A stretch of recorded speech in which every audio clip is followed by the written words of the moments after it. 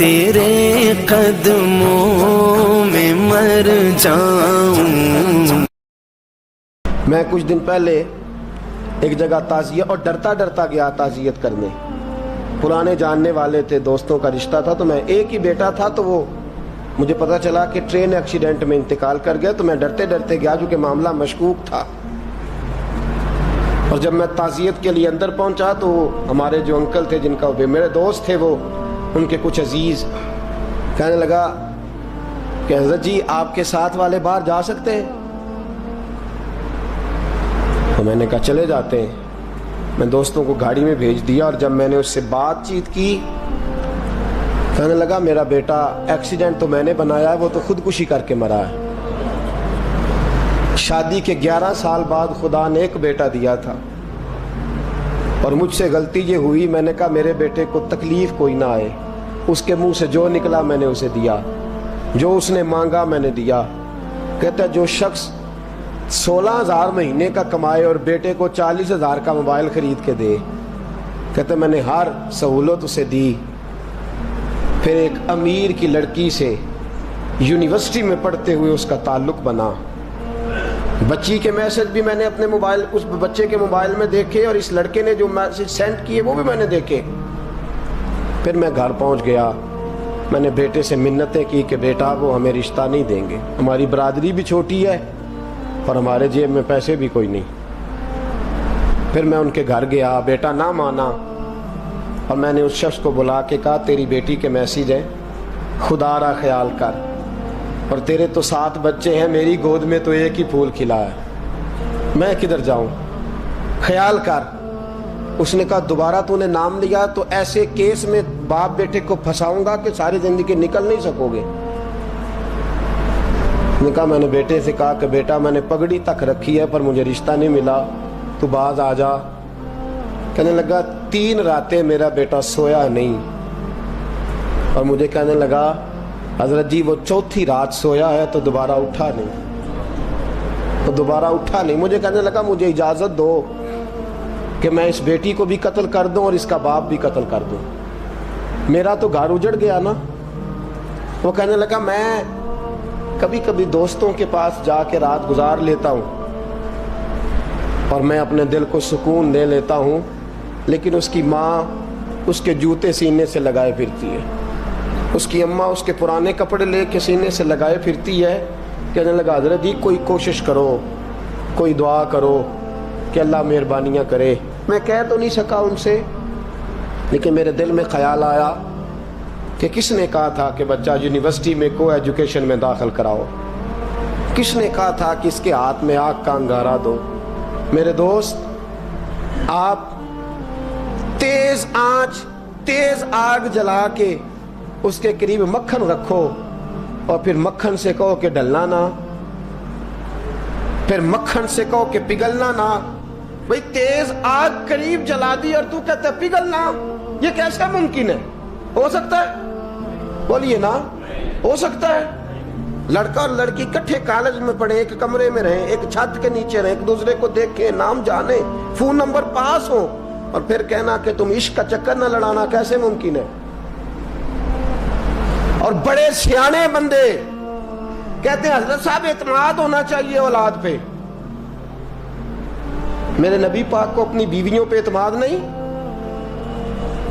عبداللہ ابن مکتوم نابینے سے ابھی آئے ہیں تو حضور نے فرمایا پردہ کر لو، حضور کو اعتماد نہیں؟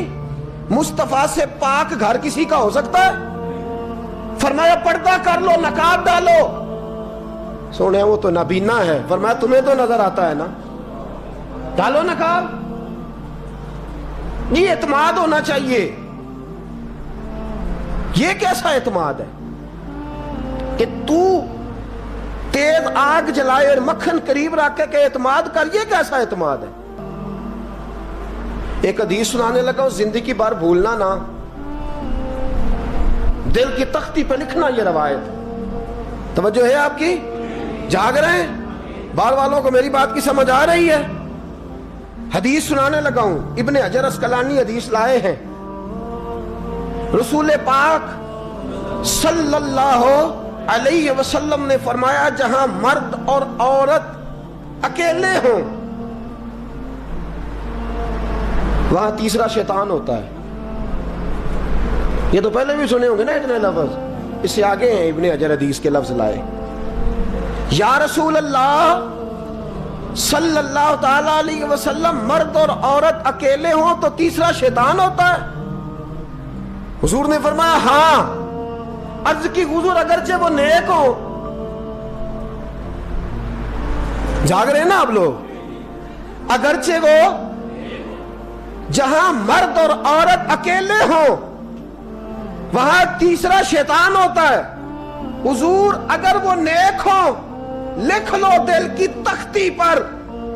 میرے رسول نے فرمایا اگر عیسیٰ کی ماں مریم بھی ہو اور زکریا کا بیٹا یحییٰ بھی ہو تو میں ان دونوں کو بھی اکیلا بیٹھنے کی اجازت نہیں دے سکتا. فرمایا عیسیٰ کی ماں مریم جو رہی مسجد میں، پلی مسجد میں، جس کی پاکیزگی کا اعلان قرآن کر رہا ہے، عیسیٰ کی ماں مریم. اور فرمایا یحییٰ صرف نبی نہیں، نبی کے بیٹے بھی ہیں، زکریا بن یحییٰ.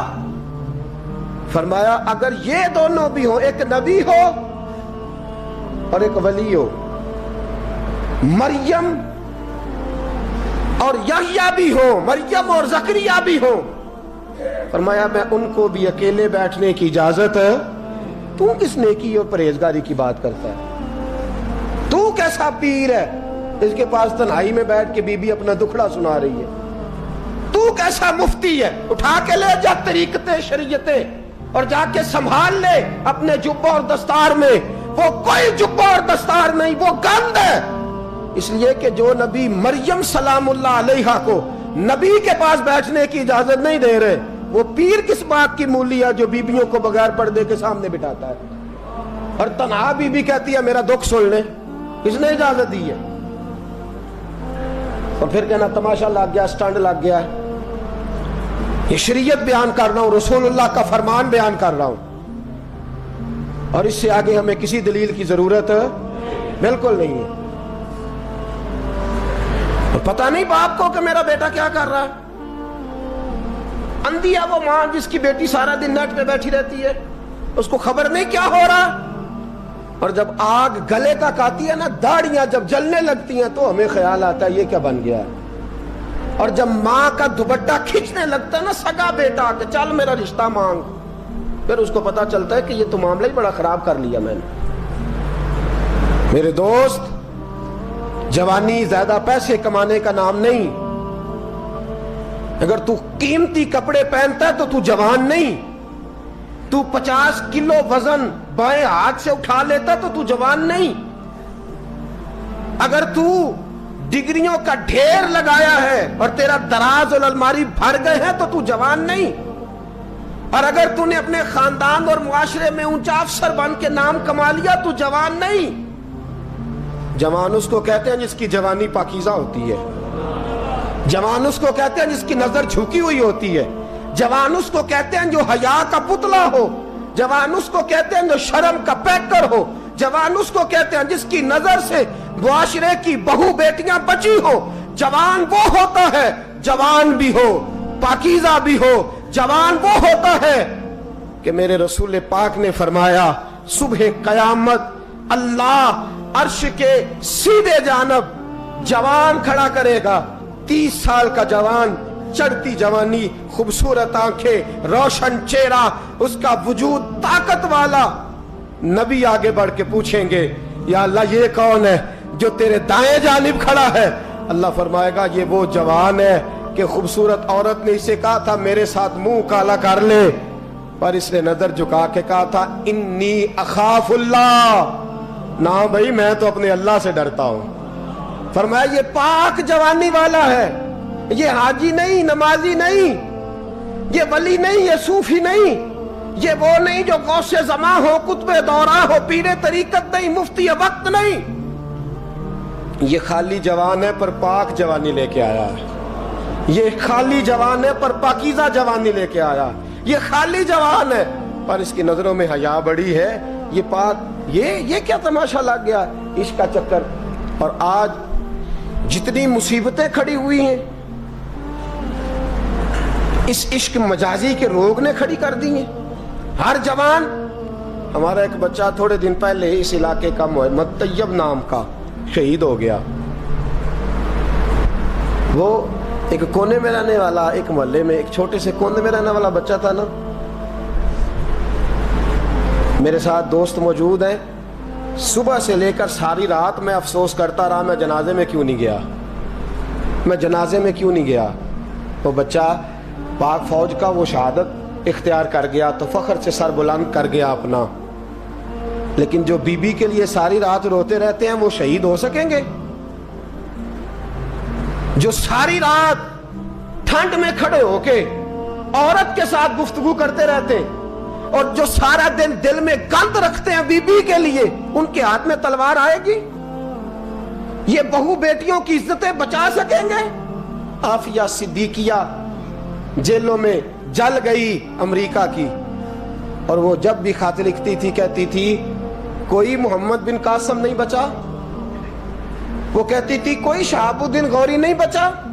اور وہ جب بھی, اب تو خیر اس کا ذہنی توازن ہی کام کرنا چھوڑ گیا, وہ بی بی جب بھی خط لکھتی تھی نا اہل پاکستان کو تو کہتی تھی پاکستان والوں بتاؤ کیا تمہارے اندر کوئی بھی خالد بن ولید کا ماننے والا نہیں؟ کیا کوئی نہیں تمہارے اندر جو علی کے نام کا نعرہ لگانے والا ہو؟ کوئی نہیں بچا جو فاروق اعظم کی سیرت کو فالو کرنے والا ہو. کوئی لاؤ جس کے ہاتھ میں تلوار ہو اور مجھے سمجھ آئے کہ یہ وہ ہے جو حسن اور حسین کا نام لینے والا ہے. کوئی نہیں بچا. اس لیے کہ گندگی دماغ میں, گندگی دل میں, گندگی روح میں, تو اس کام کے لیے آیا تھا. اجمل رضا قادری صاحب کے اور ویڈیو دیکھنے کے لیے اوپر پلے لسٹ پر کلک کریں.